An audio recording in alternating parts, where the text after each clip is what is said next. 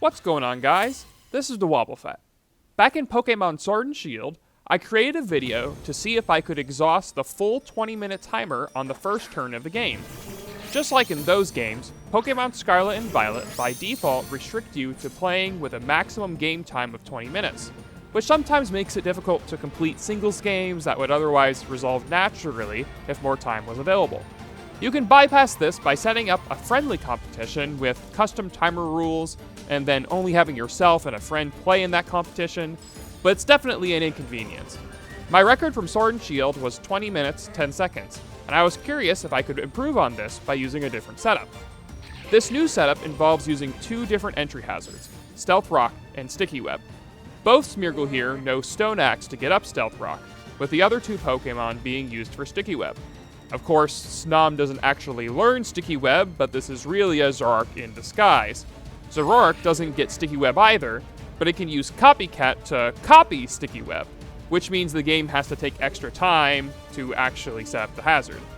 In addition to its access to Copycat, I'm using Zoroark to take extra animation time when it's hit by Stone Axe, since it will display Zoroark's illusion being broken.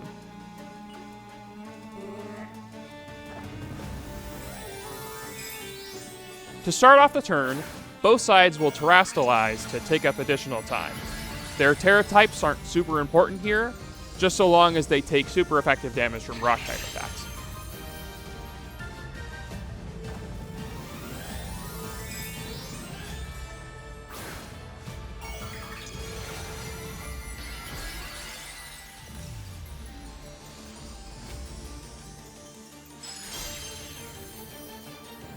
Masquerain starts off by using Sticky Web, which will lower the speed of all Pokemon being switched in by one stage. Zoroark uses Copycat to put Sticky Web on the opponent's side of the field as well. The first Stone Axe will then connect with Zoroark, which does a few things, breaking Illusion, setting Stealth Rock, and dealing over 75% of Zoroark's HP in the process. Eject button then activates, switching Zoroark out. You can see that this Zoroark is not level 100, unlike the other Pokemon on this team. This is so Smeargle does enough damage with its Stone Axe to put Zoroark into KO range of Stealth Rock. Stone Axe is a pretty weak 65 base power move, so even with maxed attack and making Zoroark weak to the move with a terastallization of Bug type, Zoroark still needs the lowest possible HP and defense stats at level 85 for Stone Axe to hit that range of damage guaranteed. I'm waiting here on the switch screen to time out for Volcarona to come in next. Each switch-in opportunity presented to the player is 60 seconds long, and I want to maximize the amount of times this is available. You can see that I have 4 Pokemon who take 50% of their HP from Stealth Rock, holding Eject Pack in the back for this reason.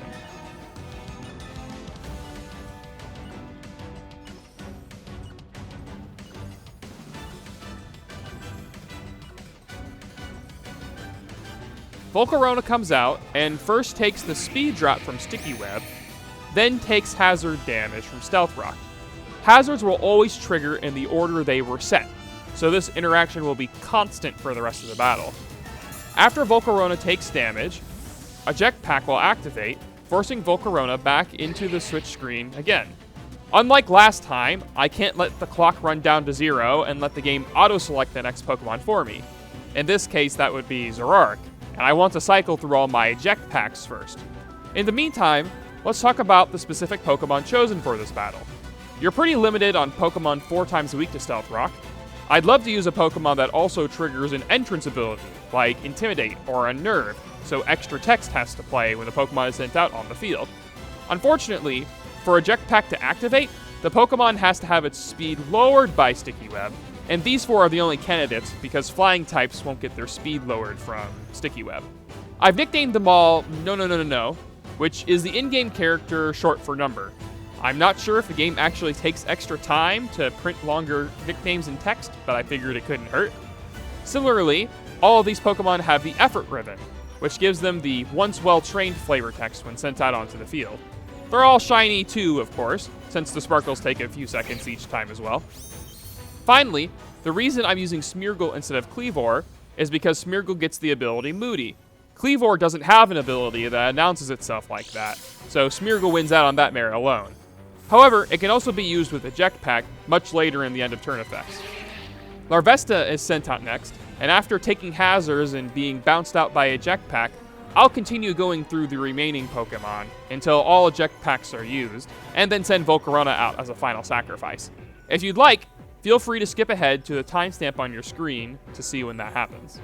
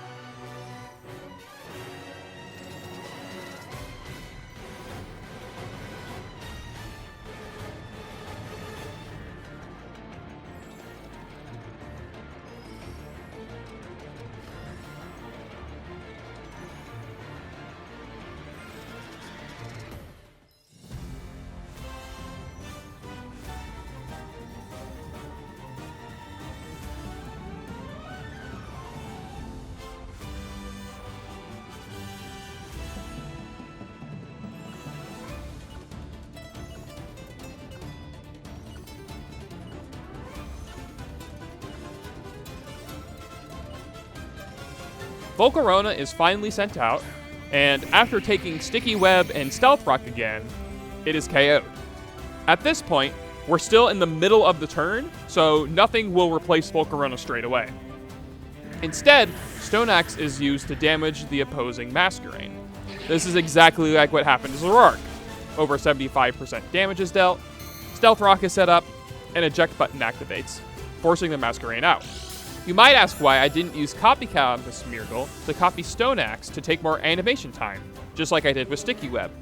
The reason I didn't is because single target moves called by other moves, like from Sleep Talk or Copycat, target either opponent randomly in double battles. It's a 50-50.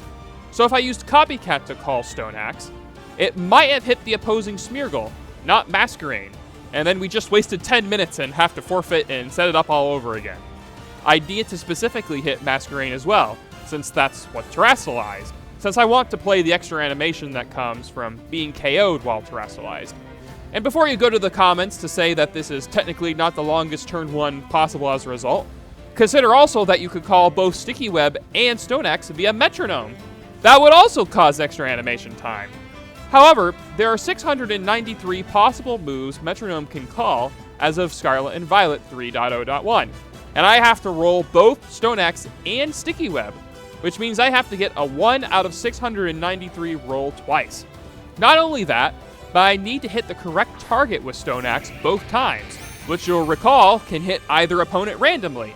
So there's 2 additional 1/2 chances to consider, and I also need to not miss the Stone Axe, which can happen 5% of the time, and I also need to not land a critical hit with either Stone Axe, which can happen 1 out of 24 times.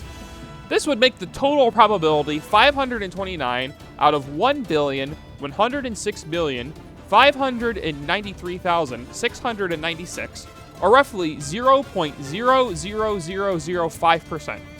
Let's be real, you probably skipped ahead and didn't even bother watching the Eject Pack loops from my side of the field, so don't go to the comments section to chide me about not using double copycat. Speaking of loops, here comes the Larvesta on the other side. It's going to be looping in the same way as I did on my side, so skip ahead to the timestamp listed for what happens after those loops.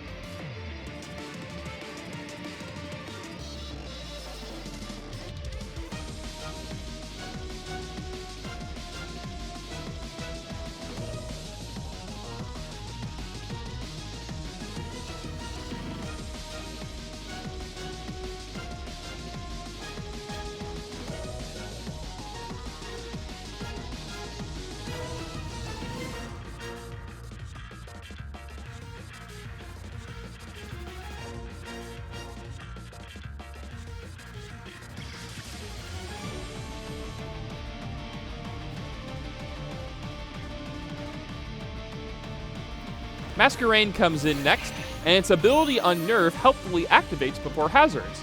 Ordinarily, this wouldn't be the case. If a Pokemon has an entrance ability like Intimidate, that activates after hazards. However, Unnerve's entrance ability activates in an event earlier than Intimidate, so it goes off before hazards, taking a little bit of extra time. The Terrestrialization KO animation helps drag things out a bit too. We're finally in the end of turn effects now, and both Smeargle's Moody activate. The opposing Smeargle has the Sticky Barb item, while my Smeargle has the Eject Pack.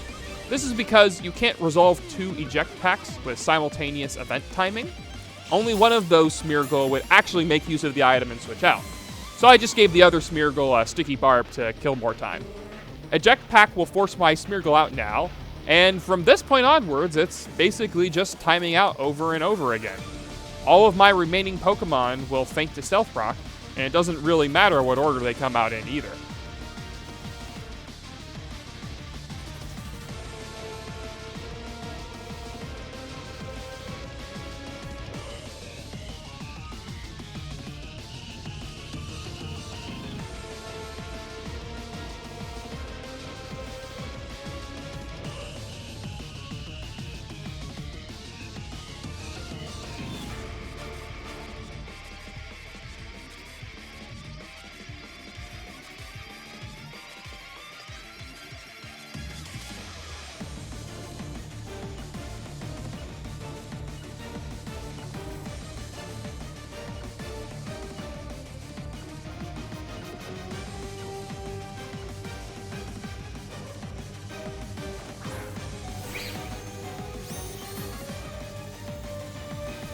Now that Zoroark is finally sent out, it takes Hazard's damage and faints as normal. Unfortunately, a Pokemon needs to be hit by a damaging attack to break Illusion. Stealth Rock damage doesn't count. So we don't get to see Illusion break twice, but we do get the Terrestrialization fainting animation. Now we're finally in the end of turn switches that replace fainted Pokemon. Unlike before, where each side was looping through their Pokemon one at a time, now we'll both send out Pokemon simultaneously, which means if both sides have Pokemon faint to hazards, we'll both faint at the same time and replace the freshly fainted Pokemon with more Pokemon at the same time. In addition to Smeargle, which will not faint, I have 3 Pokemon to be KO'd in the back, whereas the other side has 4, since I had that extra switch from Eject Pack. Now, if you're paying attention, you'll realize that this last Eject Pack didn't actually take up any additional switches here. It was still 4 Pokemon to be KO'd either way. However, aside from Moody Eject Pack just taking a lot of time, Smeargle will once again have to play a Shiny animation and take Hazard's damage. In total, this setup causes 13 switching opportunities to occur, which is a lot of time to waste. Each switching opportunity can use up to 60 seconds. So that's 13 whole minutes of the 20-minute timer that can be drained by basically doing nothing. Speaking of the 20-minute timer, as Pokemon are starting to be sent out again, you'll see that we're already at the 1 minute remaining mark, and we still have several more rounds of KOs to go. I'll see you at the end.